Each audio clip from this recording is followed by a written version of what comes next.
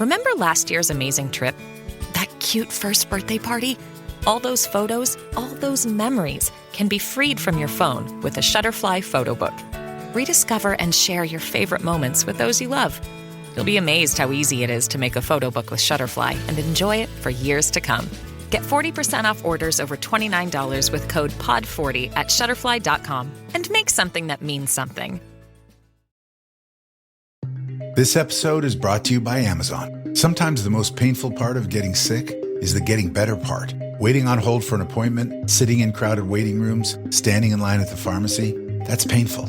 Amazon One Medical and Amazon Pharmacy remove those painful parts of getting better with things like 24/7 virtual visits and prescriptions delivered to your door. Thanks to Amazon Pharmacy and Amazon One Medical, healthcare just got less painful.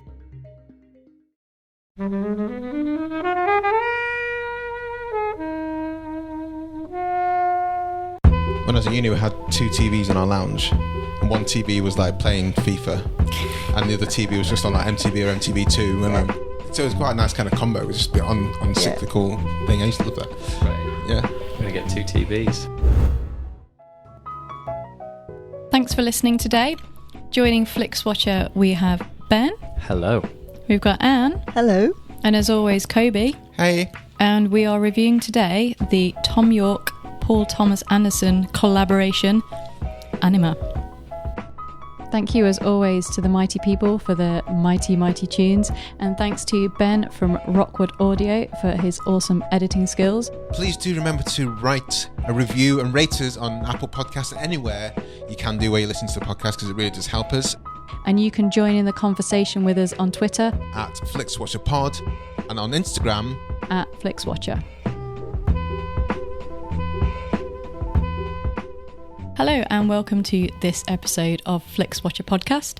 Joining us today we have Anne and Ben. If you would like to say hello to our lovely listeners and tell them about the work and podcast things you do. Hello, my name is Anne. I write music for film and television. Ooh. and just leave it there. Mic drop. Okay, move on to and where might have people heard your scores? So I've written a lot of music for documentaries, such as one called The Imposter. So working with Bart Layton a couple of times. But you have, did you say? No, you. Oh, I have. I was no, you.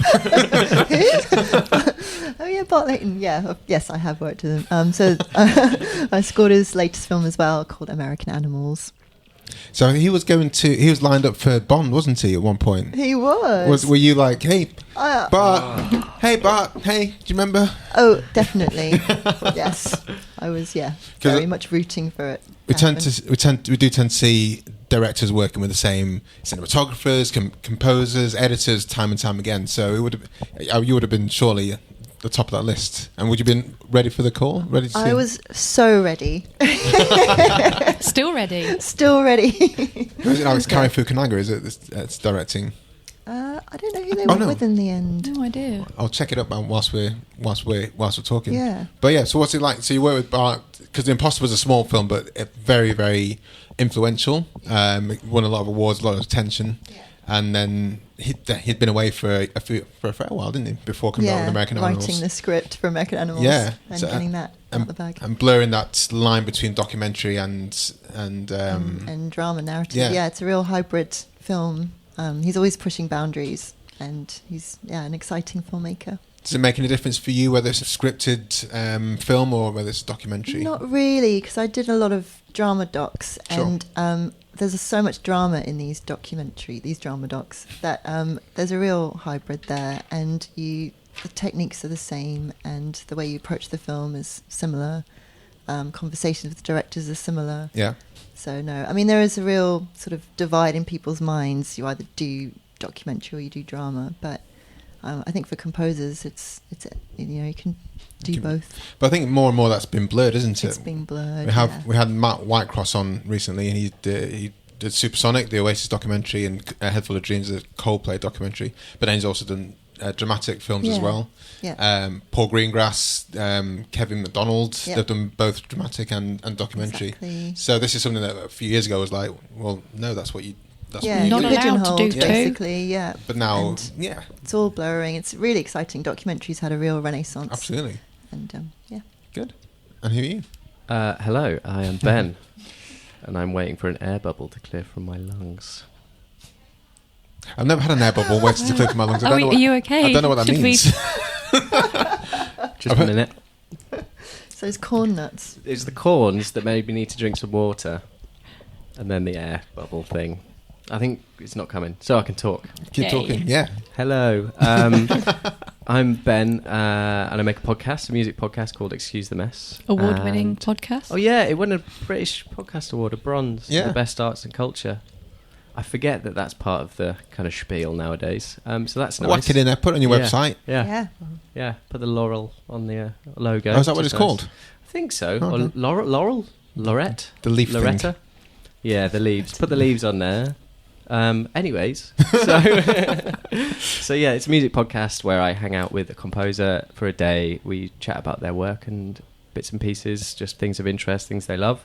And then in the afternoon, we write a new track together, and we basically don't plan anything. We bring the composer brings their instrument with them, and we just basically scrabble together a piece of music from nothing with no pre-planning. Hopefully, making some nice music by the end of the episode.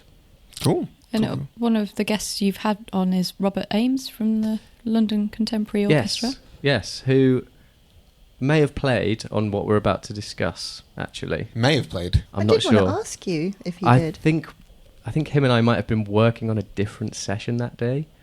I don't know.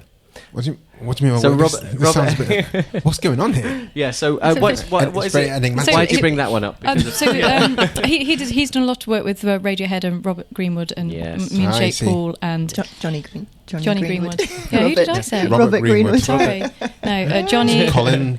There's not even a Robert in There is a- Radiohead. yeah. So yeah, a connection to what we will be talking about, which is your choice, Anne. Yes, I chose Anima, which is what is it? It's a short film stroke long music video. Yep. It's Thom Yorke's latest venture. So I believe he's chosen 3 tracks from his latest album, Anima. And Paul Thomas Anderson has directed it, who is a big director, famous for things like Phantom Thread and Boogie Nights, I believe. And the choreography is by Damien Jalet. And it's on Netflix, and I think it's a Netflix original, isn't it? Well, yeah, straight to One of Netflix, which Straight is to Netflix, and it's their first sort of short film music video thing. yeah. They have lots of shorts, and sometimes some of the series they have like there's that Love and Robots, which is like 10-minute segments. Some of them, but this is like the first one where it's an independent one-off. Like Yeah. this is the thing that's going to happen, and it's Yeah. on Netflix now. So have a look at it. Yeah. That I've seen. Which is great, a great yeah. platform to have something like this. Yeah. Quite experimental. And it's basically a sort of a video of Thom Yorke. It's a dystopian world. He's on the underground with a lot of other humans, dancers, making funny moves, sort of half falling asleep, half waking up, and you can all relate to it if you've been on the tube. And then they come up from the tube. It's sort of in 3 segments, I So- believe. Was it 3? When you said 3 songs, is this 3 songs put together? Is it, or is it? Yeah, I think okay. it's 3 songs put together one after another, but sort of blended into each other. Sure. And then, so the video is a bit segmented into 3 parts. So you've got the underground, you've got the above ground on these weird slopey things. It's Yeah. really hard to explain Yeah. because it's so abstract. And then at the end, they get to street level and they get onto a subway. And Just a tram, I a think. tram, Yeah. not a subway, Yeah. a tram, and go off into the distance. And it sort of starts off in this dystopian world where everybody's dancing and doing the same movement, well, sort of different movements but in the same way, but it's quite isolated and lonely. Nobody's talking to each other, nobody's connecting. As they move more towards the surface, Thom Yorke, who's a dancer in it and is brilliant. Yeah. You cannot imagine it. He's great, and he connects with a girl that he sees on the tube, and then they start this sort of love dance, and then a little bit of hope comes in, and then towards the end, people have started to pair off, and there's a little. This is how I interpret it anyway. Sure. Yeah. The dawn comes, the light changes, it's beautiful, the song is gorgeous, there's like a fluffy cloud that you jump into, and there's, I think, a symbol of hope there. Helen, what were your thoughts on Anima? Or I'm going to say Anima. Please don't. So I'd heard the tracks on the radio. I think Dawn Chorus, the main one. I was like, Thom Yorke's got a new album. I must listen to this. And then it was like, this sort of extended music video has come out, and it's directed by Paul Thomas Anderson, and it's got Thom Yorke in it, and I need to see this now, kind of thing. So I'm a pretty big Radiohead fan, and just think that everything they do and Thom Yorke does is just really, really fascinating. And I just thought it was really, really mad and crazy and surreal and really beautiful. And having followed Radiohead for quite a few years, I know how surly Thom Yorke can be.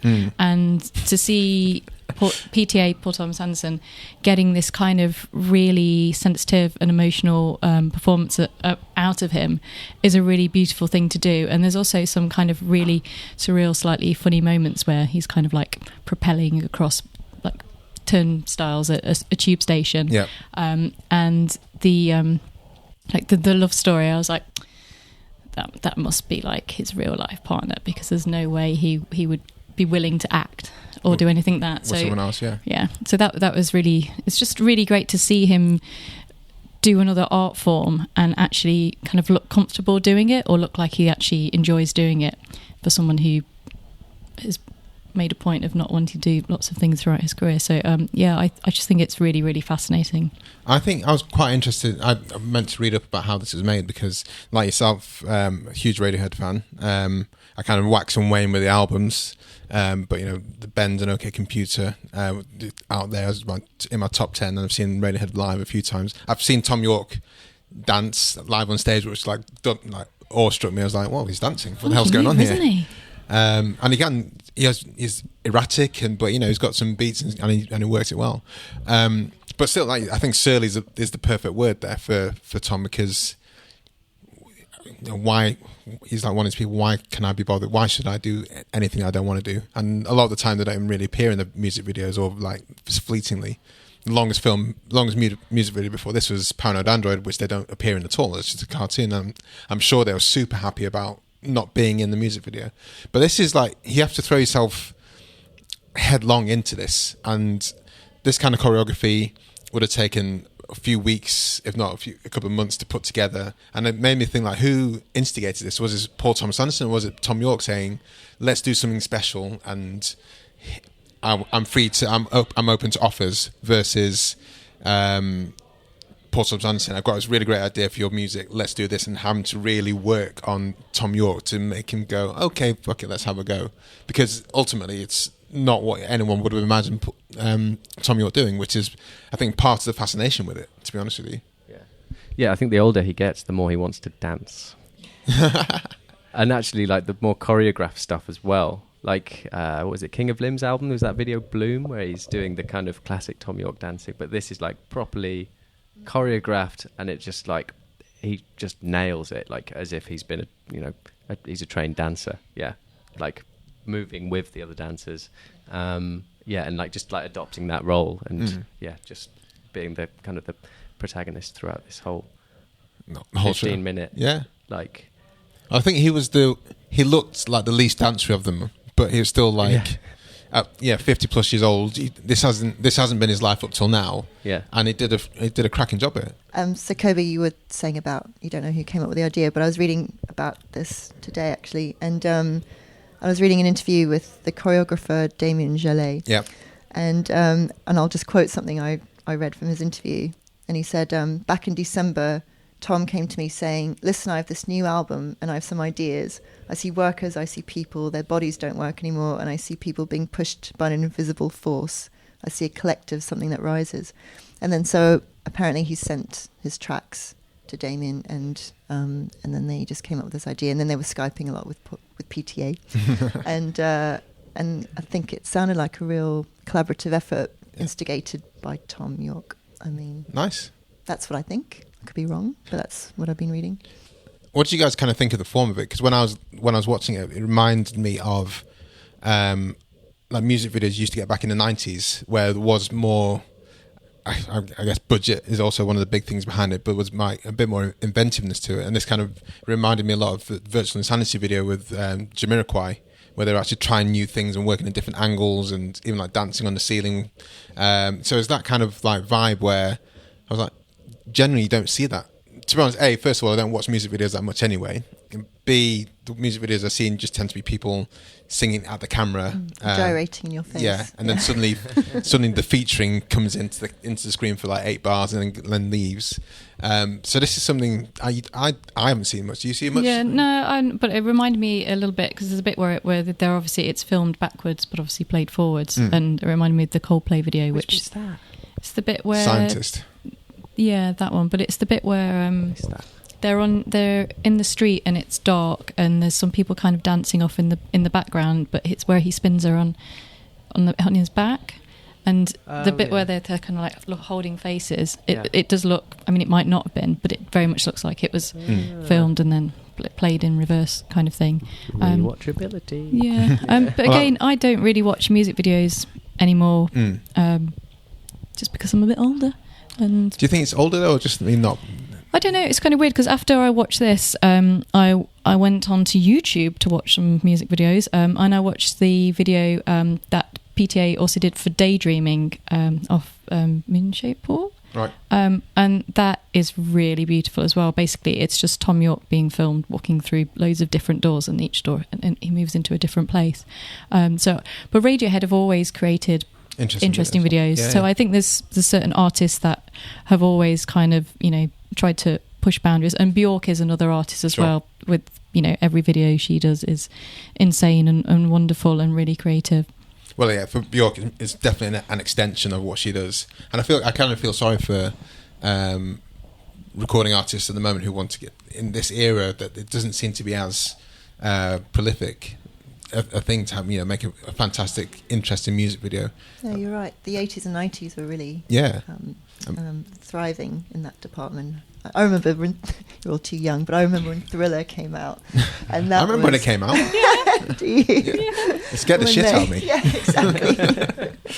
But that was a massive deal, wasn't it? 'Cause that was exactly. a short film as well. Yeah. That Also was directed by a major director as well. Yeah, it's John just Landis. like a bit of fun for them to do, and it's interesting because a lot of directors who were sort of bigger in the 90s, like David Fincher, he started with music videos as an example. So it was kind of like a route into Hollywood if you could make the music videos. Yeah, a lot of them did come from music videos. Yeah. I mean, it was one of those kind of features in the 80s and 90s. Like, my God, have you seen that video?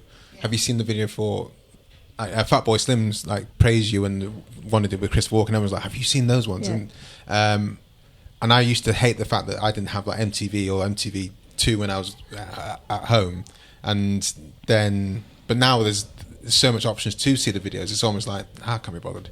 Yeah. So it has to be something like this, I think, where what was the first single off Moonshaped Pool? The one that's like Burn the Witch. Yeah, I mean that's probably the last video I sought out to go and see, and I was like, fucking hell. Because you're like, Radiohead's made new music. Where can I consume this now? Mm. And that was a dark, awesome video as well. Yeah, amazing video. They just don't do anything badly. That's the thing. Radiohead. Yeah, it's just always really hits the mark, and I kind of have a distrust for anyone that doesn't like Radiohead. So I'm glad we're all fans in here. Yeah. I can understand it. I know a lot of people who don't like them, which is you fine. trust Yeah, you're still friends with them? That's really weird. I can see. I can go. Yeah, I mean, I love Radiohead, but they can be a bit angular and not always welcoming. Yeah. But that's great because if everyone loved them, then it'd be really hard to see them live, even harder than it is already. So less people to like Radiohead, and then we can get to see tickets more than. When they played at Roundhouse, which is just 2 minutes walk from here, I was sat in this office refresh. And I think that was the first time I couldn't get a ticket for a gig I wanted to go to. I'd forgotten about that, and now you've brought it up, and I'm just And I walk home as well. Feeling the pain. I was walking home from here, and I was like, "Oh, it's the night of the gig," and everyone's like lined up, and the touts just didn't want to know what the touts were offering for, because I probably would have bought a ticket and got in. I think my favourite Radiohead video was for Fake Plastic Trees when it first came out, and I was just enthralled by the speed ramping. I know that's 10 a penny now, and I've done it. You can do it on your iPhone now. That time. Yeah. But even that was Jonathan Glazer, wasn't it? Was Jonathan Glazer? Yeah, So- I think so. He did a lot of the earlier Radiohead ones, and Right. obviously went on to make feature films as well. So including Under the Skin. which yes, we've had on here. this is it. Yeah. Yes, amazing soundtrack. Love that film. But yeah, great. By one of your contemporaries, Micah Levy. So Johnny Greenwood was on the sideline from Radiohead. Obviously, Thom Yorke's done soundtracks. Phil Selway's done soundtracks as well. But the biggest name in soundtracks is Johnny. Yeah, Johnny Greenwood. G. Is he a competitor of yours, or is he? Funnily enough, this year I've been up against him in 2 awards and lost. To Johnny. To Johnny, of course. But I did get to meet him at one of them, and it made my year. So I thought, I don't care if I win. I've just been chatting to Johnny Greenwood. And how he's was he? so lovely. Yeah, how is he? He's really, really nice. Really lovely. Very unassuming. And yeah. I think. I was sorry. saying to Ben, I did say the dreaded, I'm a massive fan. But I had to tell him. He probably gets that a lot from Yeah. people that he's on a nomination list with. Yeah. People coming only to him to say, I'm a I love massive you. fan. Yeah. Changed my life. It might be kind of weird for him because he's probably got a generation of fans that only know him from the soundtracks that Yeah. he does, Yeah, and that's true. you know he's kind of made a real sort of Segue, name yeah. for himself with doing this, and obviously with his relationship with Paul Thomas Anderson as well. Because he's the only one from Radiohead that's classically trained. Like, he used to play the viola or He the, played Yeah, the viola, recorder isn't he? Yeah, as and he well. Yeah. He's a He said super like duper recorder. something Yeah. about like playing the recorder like, shaped me as a person. Like, yeah, I think that's not quite like right, but it's pretty close. it shaped me as a person because I was like, let's learn an instrument, and my parents gave me the recorder. And I was like, fuck this. Who wants to learn this? This is terrible. my daughter's about to start recorder lessons because Right. she's going into year 3, and I sort of can't wait because it's going to be really funny. Of course, I'm going to get the earplugs Yeah. going. Yeah. Helen, did you see the woman at Glastonbury who's playing 4 recorders at the same time? No. Yep. Who was Yep. that? 2 in the mouth, 1, 2 in one in each nostril. Yeah. She was just wandering around. really Yeah, it's scared like what you were gonna yeah. say. What then. orifices are Guys, gonna come up it here? was late. Yeah. No, I did see Lizzo play the flute, Oh yeah. which was really cool. She's good at the old Yeah. flute. Yeah. Which is a surprise, bringing the flute back, so that was fun. Bringing the flute back.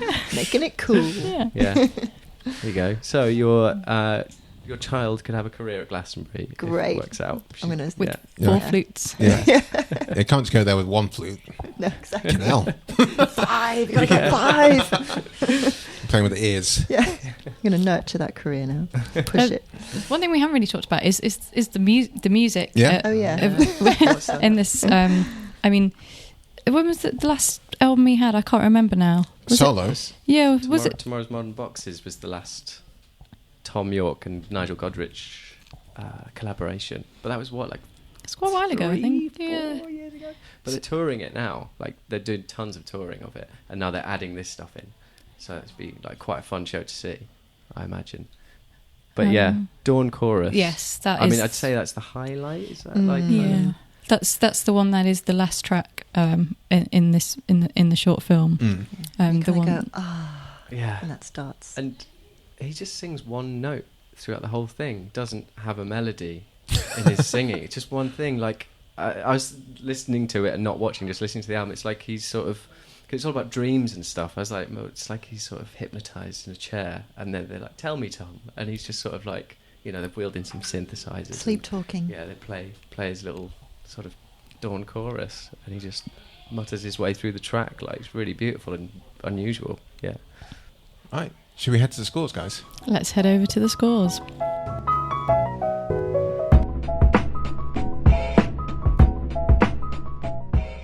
Imagine what's possible when learning doesn't get in the way of life. At Capella University, our game-changing FlexPath learning format lets you set your own deadlines so you can learn at a time and pace that works for you. It's an education you can tailor to your schedule. That means you don't have to put your life on hold to pursue your professional goals. Instead, enjoy learning your way and earn your degree without missing a beat. A different future is closer than you think with Capella University. Learn more at capella.edu. So this is our spreadsheet of dreams. All of our scores are out of 5. You may have decimal places. The lowest you can go is a 0. And we will start with you, Anne, with the recommendability score for you, please. So hard. Well, I'd recommend it to Radiohead fans, and if you're not really a fan, would I recommend? Yeah, I mean, it's an interesting video. I must say I couldn't take my eyes off it. The dance moves are incredible. I haven't seen anything like that, really. Okay, 4. Ben. Yeah. I know a lot of people that would love this, and those are the people that I would recommend things to. So yeah, like 5, big time. It's just, yeah, really successful bit of art between different disciplines. Yeah. Helen. Yeah, I mean, exactly that. It's a really mesmerising and very, very short piece of art that... Or is it a long piece of art, if you compare it to normal music videos? I don't know. But it's short compared to the films we normally bring on here, but... I guess so. If we're reviewing it as a film, then it's quite short. If we're reviewing it as a music video, then it's slightly longer. But, I mean, if you're a fan of interesting music or beautiful sounds or Thom Yorke's dancing or Paul Thomas Anderson's film or how directors make music videos, or also if you like doing that thing where you go, oh, where was this filmed? Let me see if I can guess where this is filmed and spot the locations. Yeah, and I enjoyed doing that. Yeah, and beautiful choreography and love stories and slightly strange things that make you go, oh, I wonder what the meaning of life is. This has got everything. Has this got a meaning in life in there? Sort of, maybe. I think it does. I think it's got that depth. And it's inside that lunchbox. What's that score? 5. 5. I'm going to go for 4.1, I think. There are a few different realms of people I'd definitely suggest it to. And, you know, if you're a Radiohead fan, watch it. But not necessarily just because you're a Radiohead fan. But I think it might put some people off. Some people might, where's the guitar still? Because there's still that swathe of Radiohead fans who still want the Johnny Greenwood solo, which is play face the melting. old songs. No, we're not going to do that. We might play an old one, but we're going to play it weird. They always play they always play the old stuff. They played Creep twice last 2 times. They did, but I can take or leave Creep. What they didn't play Reckoner at Glastonbury. I mean, that's all right. I've never forgiven them for that. Nah, Reckoner's not a big one either. But yeah, so I think there'll still be, Radiohead fans you recommend it to, but there'll still be that swathe of people. People who like kind of visual art, definitely send them that way. My wife, I'm not sure how big a Radiohead fan she is, but she's a dancer, so she'd like to see what's going on there. And it's super interesting choreography. And it's interesting, I think, with the Radiohead lens on, seeing Thom Yorke doing that. And that's the biggest thing for me, is like Thom Yorke is in his 50s. I'm sure he hasn't got this kind of background in movement and stuff like that. So he's worked his ass off to do that, which is for me, it's like... There's been a lot of commitment for him in hours of filming. Exactly. It's the same as like John Wick and all these guys training to do martial arts films. It's the same kind of movement, the same kind of intensity, and he's doing it well. So for those reasons, 4.1. Repeat viewing score, Anne. It's very repeatable. I want to keep watching it, picking up new things. Yeah, as I said before, I was just mesmerised by the choreography. Repeatable. 4.7. So what do you think would bring it? Would you listen to are you happier listening to it just on your commute into work, or do you feel like now I need to listen to it, I need to watch it at the same time? You mean divorcing the video from the music? Yeah. I've happily listened to the music. I have been listening to the music, which I love. I think it's a grower. I was saying to Ben earlier, it's growing on me more and more the more I listen to it. But what was the question? Can you put that into a number out of 5? I did. Repeat viewing. Yes. I did. Didn't I? 4.7? Oh, Did I say that? Oh yeah, 4.7, sorry. yeah. We were so Did I say absorbed in your answer. My question was, I'm going crazy. my question was the dissolving it from, when you, the repeat viewing score so high, when you listen to it, you think, oh, actually, I wish I was watching it at the same time. No, I think so. I think Yeah. it marries together Very well. well. And I'm from the MTV generation where I loved watching videos over and over again. And when the song came on, you just wanted to watch the video with it.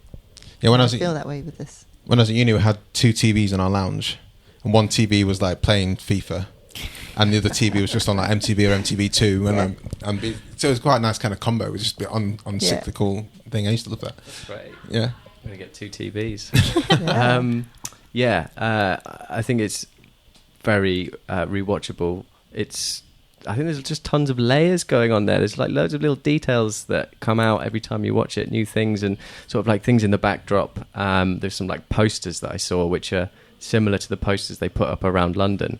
There's like a company that says they have a dream capturing machine and like this kind of stuff. So it's on the screen for like a second. So, you can go back and like try and look out for those kinds of things, just tying it all together. So I would watch it regularly and I give it a 5. Helen. So this is kind of like a music fan's sort of like dream thing, really, because it's like you said, there's loads of little things going on, and there's like even a story behind it, or so that was what that thing was there, and you'll go back and you'll watch it again. And I'm at the era as well where that apart from maybe like an hour or 2 of music on Radio 1 every week, the place where I got all my music from in the 90s was from MTV, and watching things like Alternative Nation and sitting there with my video recorder and recording Radiohead videos and Nick Cave videos and PJ Harvey and all of those things, and watching those back to get the music rather than being able to hear them everywhere else. And I will put this on to listen to it and to watch it, and it'll just kind of maybe remind me of those fun times, and also just be a nice thing to have on. So I 5. I'm gonna 5 on that one. I'm going to throw a 4. Or maybe even lower, to be honest with you. 3.5. I don't think I'll watch it that much, to be honest with you. I thought it was really cool, and I will pop it on every now and again. But it now makes me actually want to think about other videos that I haven't seen for a while. Perhaps want to relive those things. Yeah. Now that you're a man. Well, this is it, now I'm grown up. Maybe once I can't think of what's Thriller from start to finish for like a couple of decades. So it's those kind of like landmark videos that I want to see. There must be a lot I've missed out on. And now it is like on YouTube, you just type it in and it's there straight away, and like that kind of thing blows my 15-year-old mind. They can literally type in any music video you want to watch and it's there. Yeah. Whereas the MTV generation, you just had to hope. Well, you'd record. You'd sit there with your finger on the recording button. They've told me it's coming up after the break. I never did the record thing. Did the record, but missed the beginning. I used to watch Top of the Pops, and you're like pissed off if they were in the studio. Like, fuck, I want to see the video, not you miming to it. Exactly. One of my favourite recordings that I had on cassette tape was a live version of Radiohead doing "Nobody Does It Better." Oh, okay. It was for MTV's Most Wanted, about 96 or 95. It's a great. You can watch it on YouTube. Someone has very kindly put it on YouTube, so I'd recommend that for a bit of classic old school Radiohead. My favourite live recording, in a similar vein, was James Dean Bradfield singing "Last Christmas." Yes, that's a good one. On the TFI Friday. Are you aware of Which TFI Friday? I'm not, I'm afraid. That's also on YouTube. But I've got it on VHS as well, if anyone wants to borrow it. I've definitely rewatched that a lot on YouTube. Tried to play it. I can't get his heights in his vocal range. For 3.5. I think it's inspired me to watch other things, but I don't think I'm going to watch this so many times. That's cool. But, yeah. Small screen score. Oh, that's a hard one. I hate this small screens. I don't know. Everything always looks better on a big screen. But I mean, like somebody said, it's great on a big TV with really good speakers is when you get the most out of it. But yeah, I think it's perfect for Netflix. Yeah. I mean, yeah. Has anyone ever seen Yeah, a yeah. music video in a cinema screen. I generally don't think I have. No, but then when you go and see live bands and they put visuals that are from their videos on their big screens to accompany that, I think that adds an extra level. Like what the Chemical Brothers do with their live sets is those really have amazing. the They're really guy great screaming, visuals yeah. and things. Yeah. That's how I answered that. For some reason, I was Sort of. thinking small screen score. I was thinking in my head a phone versus a TV. But so don't watch on your phone. But no, small screen score. I'm going to give it a 5 because it belongs on the TV. It's a music video. Ben? I will be slightly lower because, like, I'd love to be in the cinema to see that tilting floor thing. Like, just that is... The cameras are working with it and against it, and like gravity, and there's just so many things going on. Like if you were watching that in the cinema, and like in fact just having the sound system of a cinema would be really great to hear that music, because I think they paid attention to like the way they were panning things. So if you've got like surround sound, might be extra cool. So I'll go for 3.8. I don't want to go too harsh. Helen? So really weirdly, I think you can watch this on your phone with headphones, as long as you don't maybe watch it like on a bigger thing for the first time round. But I think because it's great to see it on a big screen, but also I think if you're listening to it really well and you're really into it that way, then that kind of makes up for it. And also I tend to watch a lot of YouTube videos anyway on my phone, so I'm used to seeing them like that. So I do think you can kind of mix and match, and I probably wouldn't go to the cinema to see this, but I would go and see this live and maybe expect to see some of it like projected, or it form part of the experience. And that's a score of... I don't know. What does that mean? Does that mean it's going to be a 4? I'm just going to go for a 5. It's a great music video. I'd like to see the making of that tilted scene, whether it's just a camera thing and they played with the angles when they're moving, or whether it was actually on a proper slant. I'm imagining it's a bit of both. I'm imagining it's like... They look like they had grippy shoes though, so there's some kind of thing. The piece exists. There's the choreographer, this piece called Skid. Right. And you can go and see this tilting floor in like theatres or what have you. So it exists. It's a actually mechanical moving floor, Because it was... doesn't it just appears they're still, but then sometimes they're falling off and sometimes they're like working against it. It could be that it's just static, but... Yes. We created a 10 square metre platform that is inclined at a 34-degree angle, so there's no resistance. You put any object on it and it simply slides. The whole performance for traffic was developed... creates possibilities to do things you would never be able to do on a flat surface. PTA actually came up with this idea to put the camera on the same angle, so you actually erase the slope. Mm-hmm. But actually what you end up seeing is this weird action of gravity on the bodies that makes everything look upside down. Awesome. Yeah. Okay, so it's not mechanical, but But it wasn't. Yeah, so it wasn't an angle. So when people wanted to fall, they could fall. But if they wanted to work against it, then they could. But then, like I said, I like the term erased. Erase the slope. Yeah. Nice. So engagement score, guys. Very engaged. 5. Yeah. Yeah. Ben. I'm going to go 5. It's short and like just great throughout. Helen. A 5. I was just engrossed in it. It's just really hypnotic with the dancing and the music, and it is really short as well. So if your attention span can't be that long, then you'd stop eating those sweets or go to bed earlier or something. Stop eating those sweets. Engagement. I'm going to go for 5 as well, because I wanted to see what Thom Yorke is going to do next.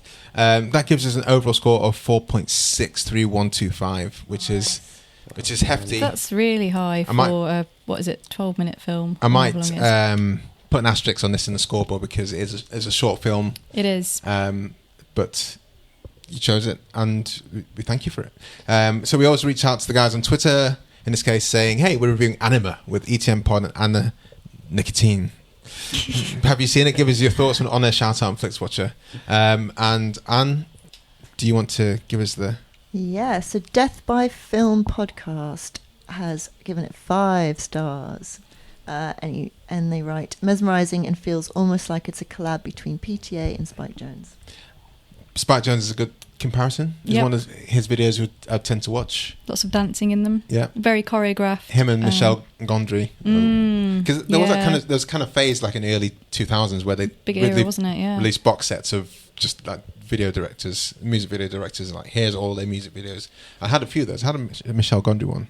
That would have been good. So he Yeah. did Daft Punk Yeah. Around the World and Chemical Brothers Let Tomorrow Be. And then I can't remember. I can't remember. Lots of them. I Lots can't of remember, really good but it's a ones. really good. It was like a good compilation of things now, and those guys now, I guess, know more for feature-length films. Yeah. Cool. Guys, can you let us know where we can find you online and say sayonara or ciao or whatever salutation you want to give to people? I'll go with ciao. Ciao. And Sorry, Italian, Spanish, Portuguese version. Which one? Italian. Italian one. Okay. Yeah. I think I don't get out much. Are we saying goodbye? in Yeah, I weird was saying. languages? No, it's the same. Where we can Oh, find right. you online? So ETM Pod, surely. Yes, excuse the ETM mess. Pod. Thank you. Yes, yeah. Knocked me off my perch there. Yeah. So ETM Pod on Twitter and ETM Podcast on Instagram, and there's the website etmpodcast.com. Cool. I will say La Vedere Ooh. in Romanian. Showing off now. My mum's Romanian. That's a bit and- like La Riverditch, isn't it? Yeah. There you go. And you can find me on Twitter at Anne Nikitin, and I have a website which is www.annenikitin.com. Fantastic. Awesome. Thanks for coming on. Thanks, guys. guys. Thank you for having me. Fun. Thank you. Bye.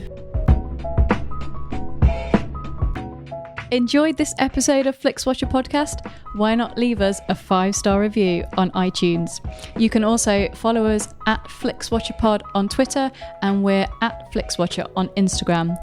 Thanks as always to the mighty people for their mighty tunes, and Ben from Rockwood Audio for his awesome editing skills. If you're looking to get your podcast edited as sweet as this, get in touch with Ben, and that's Rockwood, ROKK Wood Audio. Tell them Flixwatcher sent you.